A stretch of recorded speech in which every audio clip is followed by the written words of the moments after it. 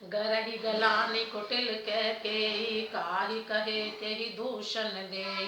असमन आनि मुदित नर नारी भयहु बहोरी रह दिल चारी। यही प्रकार गत बासर सोऊ प्रात नहान लाग।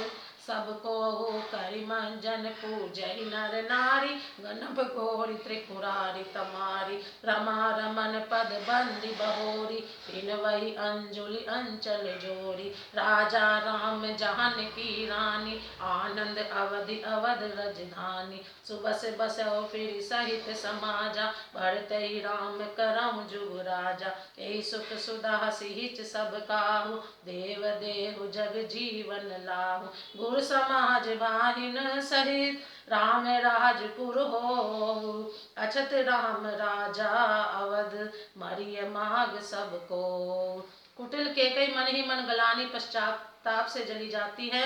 किसी से कहे और किसको दोष दे, और सब नर नारी मन में ऐसा विचार कर प्रसन्न हो रहे हैं कि अच्छा हुआ जनक जी के आने से कुछ दिन और रहना हो जाएगा। इस तरह वह दिन बीत गया। दूसरे दिन प्रातःकाल सबको स्नान करने लगे। स्नान करके सब नर नारी गणेश जी, गौरी जी, महादेव जी और सूर्य भगवान की पूजा करते हैं। फिर लक्ष्मीपति भगवान विष्णु के चरणों की वंदना करके दोनों हाथ जोड़कर आंचल पसार कर विनती करते हैं कि श्री राम जी राजा हो, जानकी जी रानी हो तथा राजधानी अयोध्या आनंद की सीमा होकर फिर समाज सहित सुखपूर्वक बसे और श्री राम जी भरत जी को युवराज बनावे। हे देव, इस सुख रूपी अमृत से सींचकर सब किसी को जगत में जीने का लाभ दीजिए। गुरु समाज और भाइयों समेत श्री राम जी का राज्य अवधपुरी में हो। श्री राम जी के राजा रहते ही हम लोग अयोध्या में बसे, अयोध्या में मरे, सबको यही मांगते हैं। सुनी स्नेह में पुर जन बानी निंदई जोग बिरति मुनि ज्ञानी। यही विधि नित्य करम करि पुर जन राम ही करहि प्रणाम पुलकित। ऊंच नीच मध्यम नर नारी दयहि दरस निज निज अनुहारी। सावधान सब ही सन्मानई सकल सराहत कृपा निधान। लड़कायहि ते रघुवर बानी पालत नीत प्रीत पहचानी। शील सकोच सिंधु रघुराऊ सुमुख सलोचन सरल सुभाव।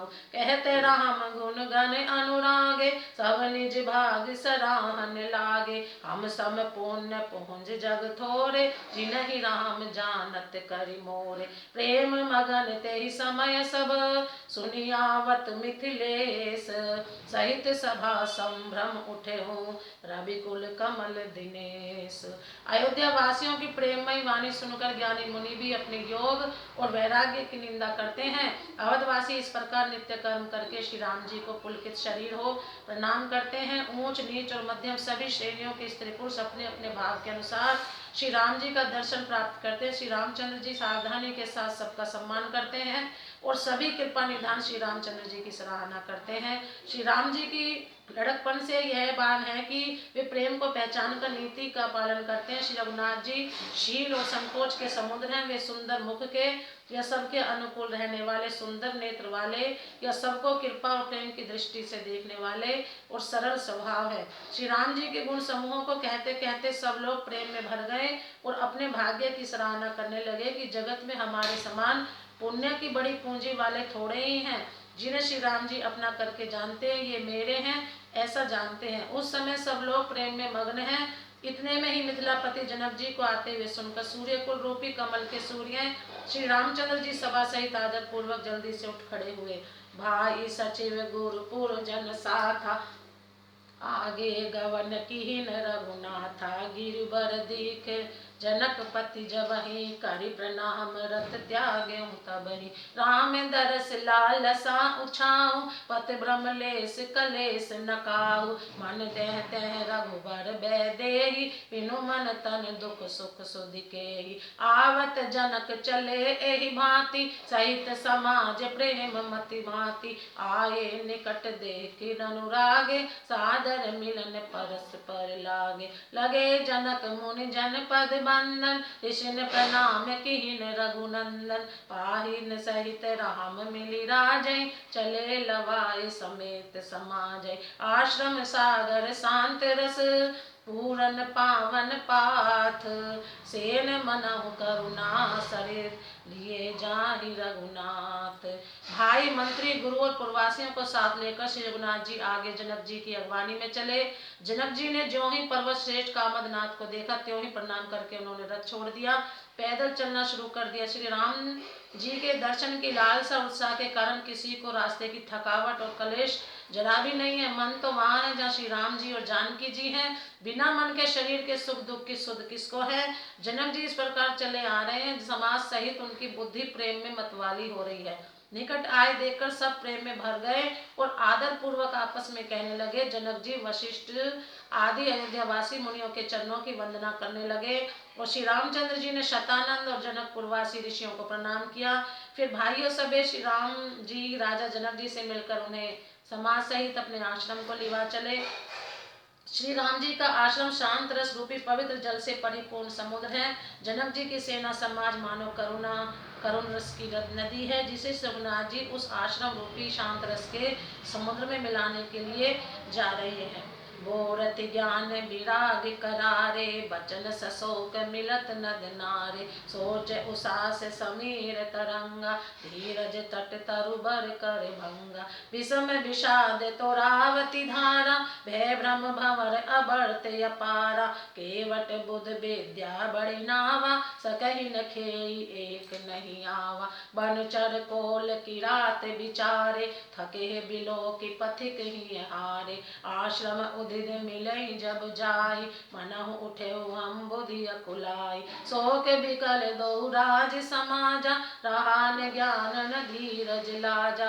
रूप रूप गुणशील सराही, रोवई शोक सिंधु अवगाही। अवगाही शोक समुद्र सोचई, नारी नर व्याकुल महा। ते दोष सकल सरोस बोलहि, भाम विधि कीनो कहा। सुर सिद्ध तापस जोगी जन मुनि देखी दशा, विदेह की तुलसी न समरथ को जो तरि सके।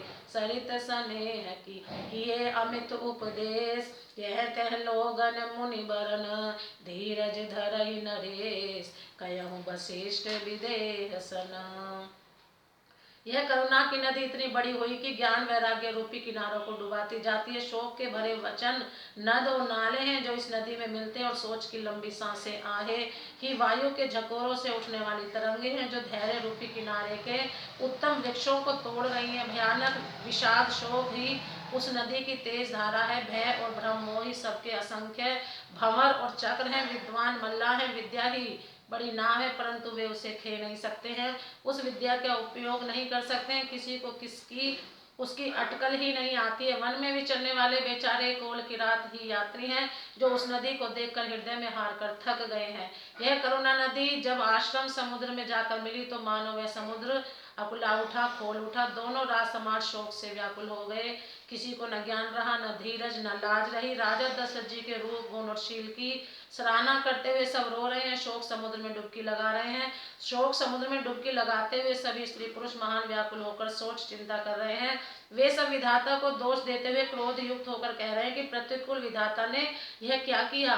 तुलसीदास जी कहते हैं कि देवता, सिद्ध, तपस्वी, योगी और मुनिगणों में कोई भी समर्थ नहीं है जो उस समय विधेय जनकराज की दशा देखकर प्रेम की नदी को पार कर सके, प्रेम मगन हुए बिना रह सके। जहाँ तहाँ श्रेष्ठ मुनियों ने लोगों को अपरिमित उपदेश दिए और वशिष्ठ जी ने विदेह जनक जी से कहा, हे राजन, आप धैर्य धारण कीजिए। प्रेम से बोलो जय श्री राम।